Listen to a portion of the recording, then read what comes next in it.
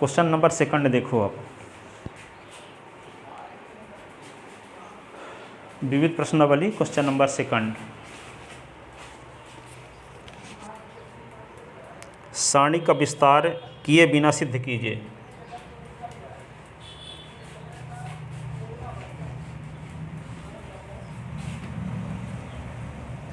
दूसरा क्वेश्चन विविध प्रश्नावली NCERT math class 12th 4 chapter. सारणी का विस्तार किए बिना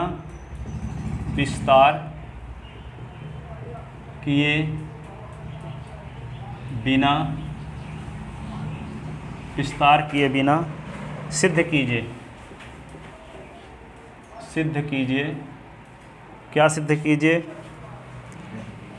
ए square B C, B square C ए,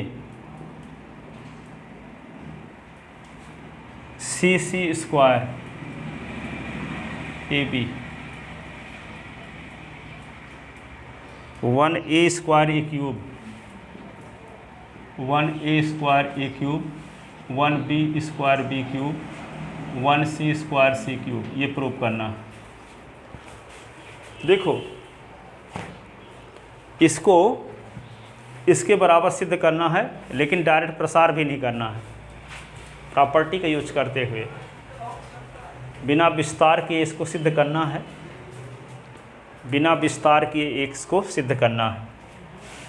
बिना विस्तार के सिद्ध करने के लिए क्या हुआ? सारणी के गुणधर्म का उपयोग करते हुए इसका मान निकालना है, ना कि डायरेक्ट प्रसार करना। हाँ ठीक है, बिल्कुल सही। इस टाइप का सवाल पीछे आ चुका था एक बार, ठीक है, इससे मिलता जुलता।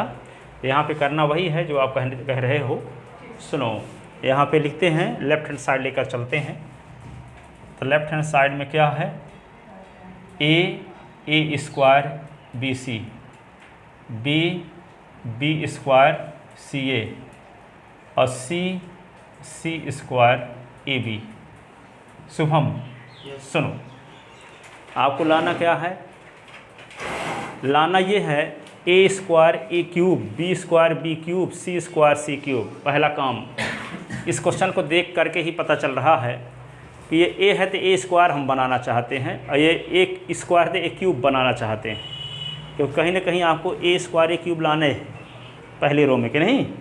तो यहाँ देखो ए है पहले से, और यहाँ ए स्क्वायर है, पर इसको हम किसी तरह से ए स्क्वायर बना दें। इसको ए क्यूब बनाने का तरीका क्या है? ए का मल्टीप्लाई कर दो इस पूरे में, तो क्या बन जाएगा? ये ए स्क्वायर ए क्यूब, ये ए बी सी बन जाएगा। इसमें बी का गुणा कर दो सब में, तो B square B cube A B C square C cube A B C, तो ए बी सी सब में आ जाएगा। तो ए बी सी कॉमन ले लेंगे, तो 1 1 1 बचेगा। 1 1 की ज़रूरत भी है हमें, कि नहीं? अब फिर क्या है? ये लास्ट कॉलम में है, अब ये लाना पहले कॉलम में है, तो इसको फिर यहाँ पहुँचाएँगे, फिर यहाँ पहुँचाएँगे, ठीक है। अब जैसे मान लो कि जैसे 2 3 4 5 ऐसे है ना, अब ये कॉलम को हम यहाँ लिख देंगे, इस कॉलम को यहाँ लिखेंगे। 3 5 लिख दिए, 2 4, तो ये यहाँ माइनस लगाना पड़ता है, ठीक है।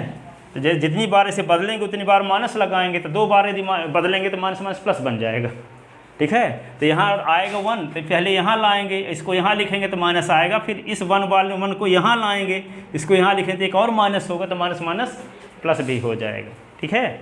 तो क्या करें? पहले तो आपको बनाना क्या है? ए स्क्वायर ए क्यूब बनाने के लिए हम R1 में किसका मल्टीप्लाई कर दें? ए का, R2 में बी का, R3 में सी का। R1 R2 R3 का मतलब क्या है? R1 यानी रो अंग्रेजी, उसको हिंदी में बोलते हैं पंक्ति। पहली पंक्ति, दूसरी पंक्ति, तीसरी पंक्ति। R1 R2 R3, रो 1 रो 2 रो 3, ठीक है। तब पहली पंक्ति में ए का, दूसरी पंक्ति में बी का, तीसरी पंक्ति में सी का गुणा करने पर, तब पहली पंक्ति ना लिख करके हम R1 लिख देते हैं। क्या लिख देते हैं? R1 में ए का, R2 में बी का, और R3 में सी का गुणा करने पर, तो गुणा करोगे तो क्या होगा? उसी का भाग भी देना पड़ेगा। जैसे मान लो, सुनो शुभम, यहाँ पे 20 है, 20 में यदि 5 का गुणा कर दोगे ऊपर 20 है तो मैं इसमें 5 का गुणा करता हूँ, 5 का भाग भी देना पड़ेगा, तभी ना इसके मान में कोई फ़र्क नहीं पड़ेगा। नहीं पर गुणे भर कर देंगे तो उसका मान तो 20 गुना हो जाएगा। तो हम ये चाहते हैं गुणा भी कर दें, उसके मान में कोई फ़र्क भी ना पड़े, तो जिसका गुणा करेंगे उसी का भाग भी दे देंगे। तो हमें R1 में A का गुणा करेंगे तो इसका मान A गुना हो जाएगा, तो A का भाग भी दे देंगे। R2 में B का गुणा करें तो इसका मान B गुना हो जाएगा, तो B का भाग भी दे देंगे, ताकि मान में फ़र्क ना पड़े।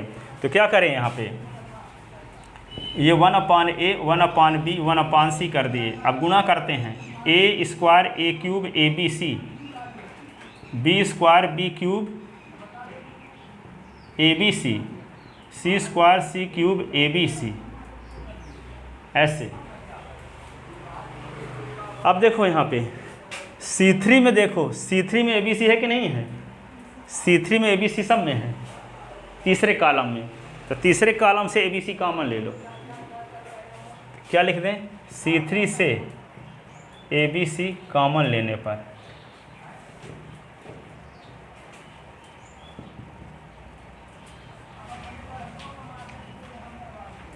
A square A cube 1, B square B cube 1, C square C cube 1, ऐसे। ये ABC से ABC कट गया। अब क्या करेंगे, अब देखो इस 1 को यहाँ पहुँचाएंगे, इसको यहाँ तक एक माइनस करना पड़ेगा, फिर इस 1 को यहाँ करेंगे, इसको यहाँ करते एक और माइनस करना पड़ेगा। तो क्या आएगा, बदलते हैं पहले इन दोनों को, डायरेक्ट नहीं बदल सकते कि इसको यहाँ डायरेक्ट लिख दें, इसको यहाँ।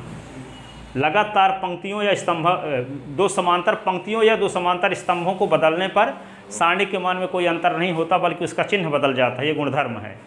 ठीक है, तो दो लगातार स्तंभों को बदलेंगे। देखो यहाँ पे क्या लिखेंगे, A square B square C square, यहाँ पे 1 1 1, ये होगा A cube B cube C cube. तो ये क्या होगा, यहाँ माइनस लग गया। ठीक है, अब इस 1 को यहाँ लिखते हैं, इसको यहाँ लिखते हैं, तो एक और माइनस आएगा। ठीक है, तो एक माइनस और आ गया, एक तो पहले से था। अब यहाँ 1 1 1, A square B square C square, A cube B cube C cube, ये माइनस माइनस प्लस बन गया, तो क्या आ गया, 1 1 1, A square B square C square, A cube B cube C cube. क्या बगल में, ये नीचे लिख सकते थे, उसमें आएगा नहीं, इसलिए नीचे नहीं लिखे, इधर लिख दिए हम। इसके नीचे लिखना चाहिए था, अभी नीचे लिख देंगे तो उसमें आएगा नहीं नीचे, इसलिए यहाँ लिख दिए। इज इक्वल टू क्या हो गया, राइट हैंड साइड।